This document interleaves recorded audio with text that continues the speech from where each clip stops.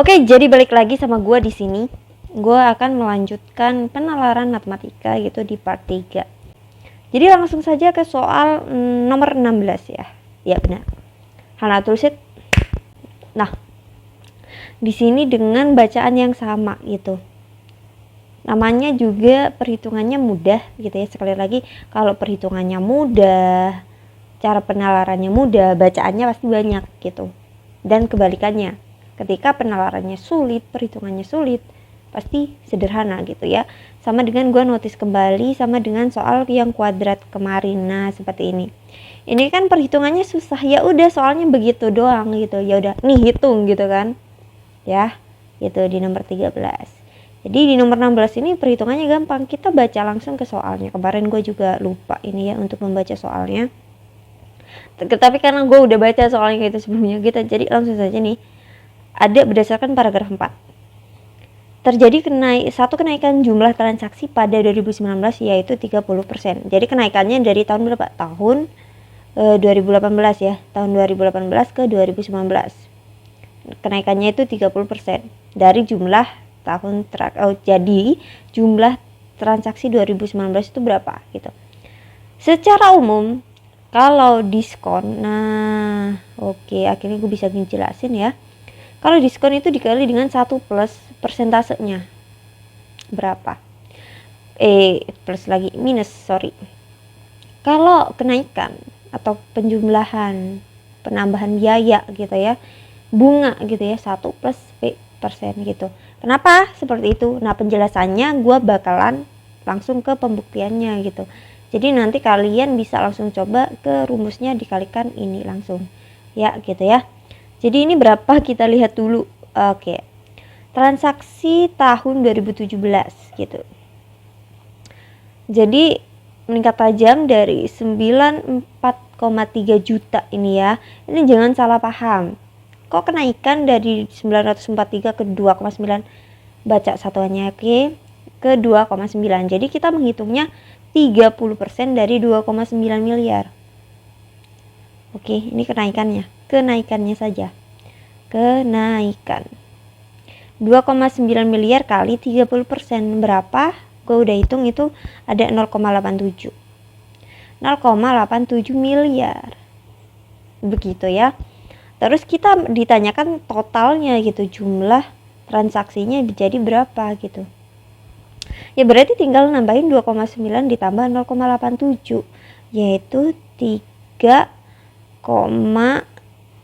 berapa? 7 ya. Gitu. Nah, kenapa gue langsung buat rumus ini padahal perhitungannya sederhana ya? Itu lebih sederhana lagi ketika kalian mengalihkan 2,9 ini dikalikan dengan 1 plus 30% atau 2,9 ini ya, kalian langsung masukkan begini saja kali 30%. Kadang perhitungan ini tuh jauh lebih mudah ketika perhitungan ininya tidak koma-komaan dan segala macam gitu ya. Jadi begitu, hasilnya 3,77. Bisa langsung ke 1,3 gitu ya, dikalikan dengan 2,9 itu hasilnya bakalan 3,77. Aman? Oke. Kita lanjut ke soal nomor 17. Nah, di soal nomor 17 ini apa? Oh, ini tuh sama dengan penalaran umum ya. Ini biasanya keluar di penalaran umum. Entah kenapa ini tiba-tiba ada di penalaran matematika. Mungkin karena sama-sama penalaran. Wah, gua nggak tahu tuh. Jadi ada 5 orang pelanggan. Jadi kalian langsung saja tentukan ya, ini pengertian dari undian 1 sampai 5 gitu ya. Tentukan misalkan arah panahnya ke sini naik, atau kalian bisa begini, makin mengecil atau makin besar gitu. Gue pakai yang makin besar ya, gue pakai yang makin besar. Kebanyakan makin besar, makin tinggi itu ke kanan gitu ya, sama dengan garis bilangan seperti itu. Oke, kita baca Sina mendapat nomor tepat sesudah anak. Berarti sesudah anak ya, A, S begini. Tetapi sebelum Tina. Oke. Lina mendapat nomor terkecil, ya udah nomor 1. Sementara itu Bina mendapat nomor ganjil, ya udah 5. Yang ditanyakan pelanggan mendapatkan nomor paling besar.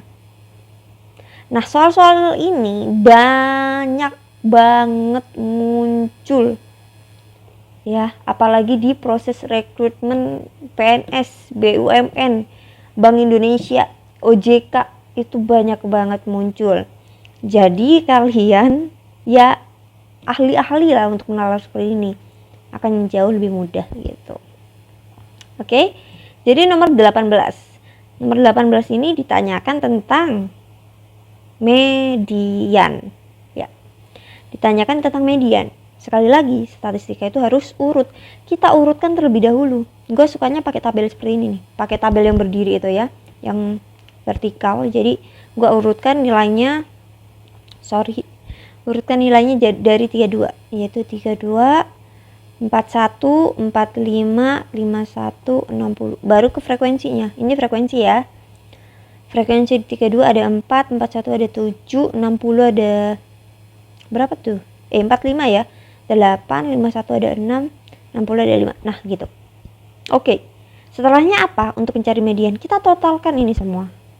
Sebenarnya ada rumusnya, tapi pakai penalaran ini jauh lebih gampang. Ya.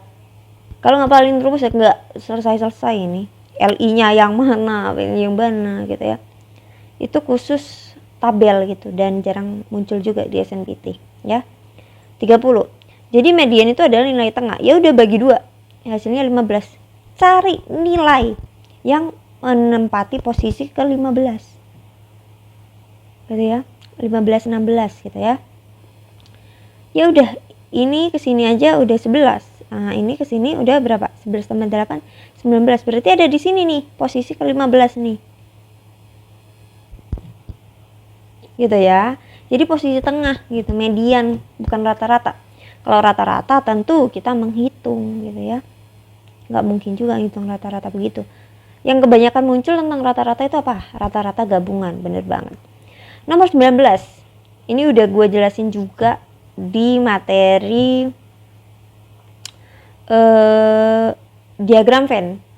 Iya, ada di materi diagram Venn, kalian bisa scroll di sana. Itu muncul jelas banget gitu ya. Di SNB itu juga gue jelasin banyak banget gitu. Jadi ini gue langsung saja ke rumus dasarnya. Oke. Setiap seri season 1 gue pasti rumus dasar gitu. Tapi dari tahun ke tahun pasti agak lebih singkat ya. Oke, it's okay. Berapa orang anak yang menyukai sayuran dan ikan? Ya. Dan jadi keduanya. Jadi total anak tuh kan ada 60 anak. Terdiri dari sayuran dikurangi keduanya. Ya kan, jadi sayuran aja gitu. Sayuran aja gitu. Terus ditambah dengan ikan aja. Ikan aja itu berarti ikan dikurangi keduanya yang menyukai ikan dan sayuran. Ditambah dengan keduanya. Tahu nggak? Keduanya itu adalah penyuka ikan dan sayuran gitu. Dan juga ditambah dengan yang tidak suka keduanya, TKE. Ini kan? Data itu terdiri dari ini ya. Jadi kalau diagram Venn tuh di sini seret emak jenggreng. Di sini ada sayuran, di sini ada ikan. Di sini ada keduanya. Ya, irisan tersebut menyukai keduanya. Jadi kita sebut saja berapa banyak anak yang menyukai sayuran dan ikan. Kita langsung ganti nih. Ke aja nggak masalah. Jadi di sini ada sayuran, ada ikan aja di sini. Dan di sini di luarnya itu ada yang namanya X, yaitu orang yang tidak menyukai keduanya, atau yang gue tulis di rumus itu TKE. Udah, tinggal hitung, masukin aja 60. Ini coret, sisa ini doang kan keduanya. Berarti sayuran ditambah ikan, ini total ya, sayuran total, ikan total ya, bukan yang dikurangin keduanya ya, bukan yang aja gitu. Jadi tambah X, yang ditanyakan Pak X. Oke, kita masukkan dulu, dihitung aja dulu. S nya berapa? 37 tambah 19 kurangi keduanya. Ini keduanya yang dicari tahu, mohon maaf. Ya udah, keduanya ini negatif, pindah ruas ke sini. Oke, jadinya 37 tambah 19 berapa kawan-kawanku? Ya, 37 tambah 19 56 ya. 56 plus ini minus 60. Berarti sama dengan keduanya itu adalah X minus 4. gitu ya. Gampang banget emang. Sekarang nomor 20. Di nomor 20 ini apa ya? Ini terlalu singkat ya. Berapa median dari himpunan A gitu. Apakah pernyataan 1 dan 2 cukup menjawab pertanyaan tersebut gitu. Jadi A mengandung 3 bilangan bulat. Nggak bisa dong. Berapa median ini yang ditanyakan, berapa median? Harus kita tahu angkanya berapa. Udah ada 3 gitu ya, kita keep. Rata-rata dan modus A sama-sama bernilai 4. Ini juga nggak bisa sendiri gitu. Misalkan nilai 4-nya ada berapa gitu ya, bisa aja memang sama dengan median yang itu gitu. Tapi kan bisa aja rata-rata karena ada outlier, misalkan rata-ratanya menjadi 5. Ya benar, median dan modusnya gitu cenderung memang sama, tapi kan kita nggak tahu jumlah datanya berapa dan bagaimana bentuk datanya, ya kan? Jadi harus keduanya benar. Kalau keduanya sudah dinyatakan ada modus 4, berarti lebih dari 2 4-nya. Sisanya kita nggak tahu, 1 kah, berapa kah, kita nggak tahu kan. Tapi yang pasti mediannya kita tahu 4 gitu. Karena 4 itu pasti menempati di tengah, entah ini misalkan 5, 4 dan 4 begini, ini misalkan 2, 4 pasti di tengah karena modus gitu loh. Semangat.